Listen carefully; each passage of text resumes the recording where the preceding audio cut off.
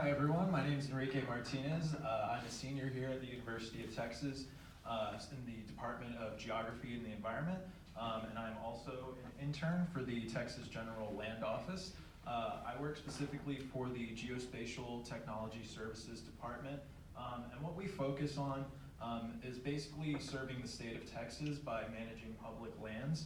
And so today I'd like to share with you a project that we've been working on that involves mine sites on permanent school fund lands and how these mine sites actually generate revenue for the state of Texas with some of the work that we've been doing on them. So to give you an idea of these mine sites, many of them are located in West Texas, like in the areas you would expect.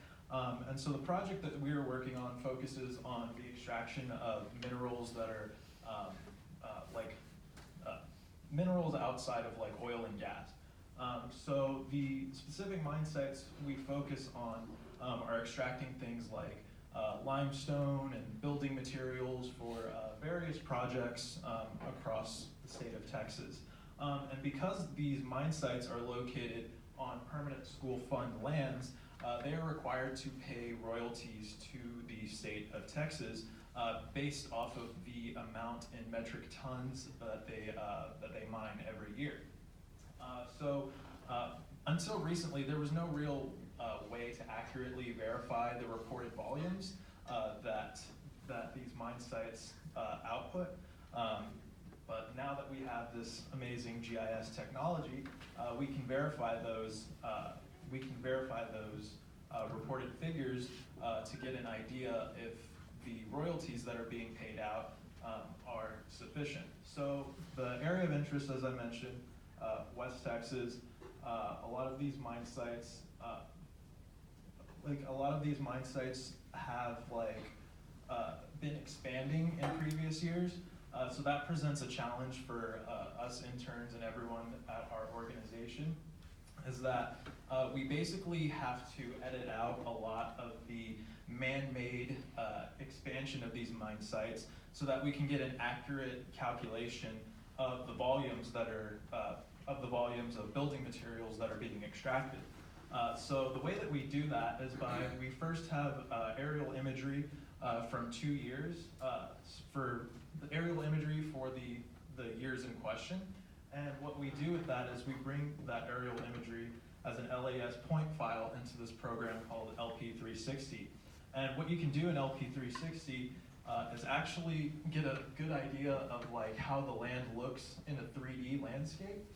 You can see over here we have a GIS interface where we're draping the aerial imagery over the actual LAS points.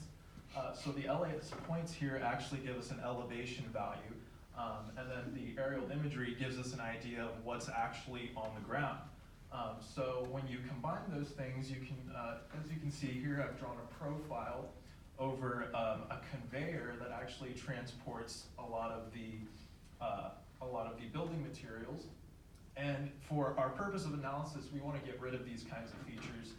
We want to get rid of buildings, cars, vegetation, anything that's not a surface that would show us like what's being mined. So you see in the point file, when we draw the profile, you can very clearly see like where these conveyors are on the landscape. And us interns are required to basically go into the data and just crop out everything that's man-made so that we're left with something that looks a little bit more like this. And that's where we can actually start to do our GIS analysis. So once we have these bare earth DEMs for, like say, for example, if we're doing an analysis of the output from a mine site in 2017, we would need aerial imagery from 2017 and then 2018. And we would basically go through that process that I just described to produce a bare earth DEM. And with this bare earth DEM, we can bring that into ArcMap and basically do a calculation of the X, Y, and Z to find the actual total volume of the mine site. So that's with this cut and fill tool, as you can see here. We basically take both rasters and do a calculation on them that gives us this output raster that basically shows us the changes in volume from 1 year to the other. And that leaves us with one final problem, is that how do we go from a volume that is more a spatial measurement, which would be measured in cubic meters, I believe. How do we go from that to reported tons? And the way we do that is basically through through a density conversion, which converts the volumetric calculation in cubic meters to tons. And so what we found after going through this entire workflow, after going through this process, what we found is that most of these mine sites are underreporting, but to a very small degree. Most of the time it's less than 5%. We only had one anomaly in which they were over-reporting, and so we're trying to figure out like some of the things that might have gone wrong in our analysis that might account for that.